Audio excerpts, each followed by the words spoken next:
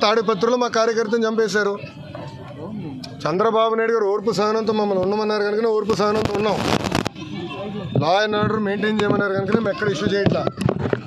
మంగళగిరిలో కూడా law and order ఉండాలి, నేను ఇష్యూ చేయట్లా. నాకు 2 నిమిషాలు చెప్తున్నా. నేను మిమ్మల్ని అడుగుతున్నా, ఎక్కడండి వైకాపా కార్యకర్త? ఎవరు దెబ్బ తగిలింది? ఎవరిని చంపాం? మేము ఒక్కడి జోలికి వెళ్ళాం. మేము వాళ్ళు ముగ్గురు మమ్మల్ని చంపి తిప్పి మా పైన ఆరోపణ చేస్తాం కరెక్ట్ కాదు.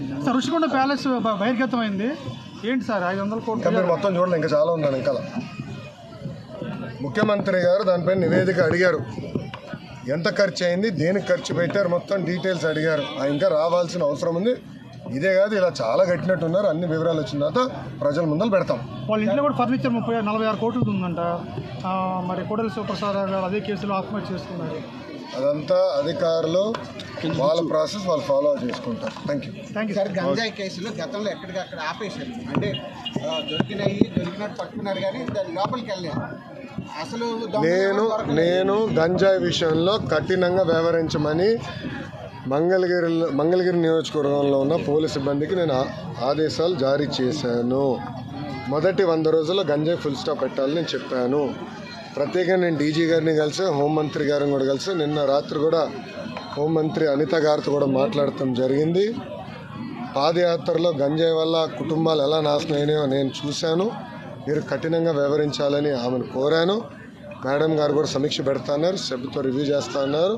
ప్రజలందరూ చూస్తారు కదా, మొదటి 100 రోజులు గంజాయికి ఫుల్ స్టాప్ పెట్టే బాధ్యత తెలుగుదేశం, జనసేన, భారతీయ జనతా పార్టీ ప్రభుత్వం తీసుకుంటుంది. మంగళగిరి అభివృద్ధి మీద మీరు ఎలా కట్టుకోండి? మంగళగిరి అభివృద్ధి చాలా హామీలు ఇచ్చారు స్వామి.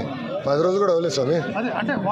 అది కాదు, మీడియా మిత్రులందరూ వెళ్ళి 10 సంవత్సరాలుగా పనిచేసిన శాసనసభ్యుడిని అడగాలి ఏం చేశారు. 10 రోజులు అవన్నీ లోకేష్ని అడిగితే ఎట్లా ఉంటుంది స్వామి? నాకు 5 సంవత్సరాలు గెలిపించారు. ఫస్ట్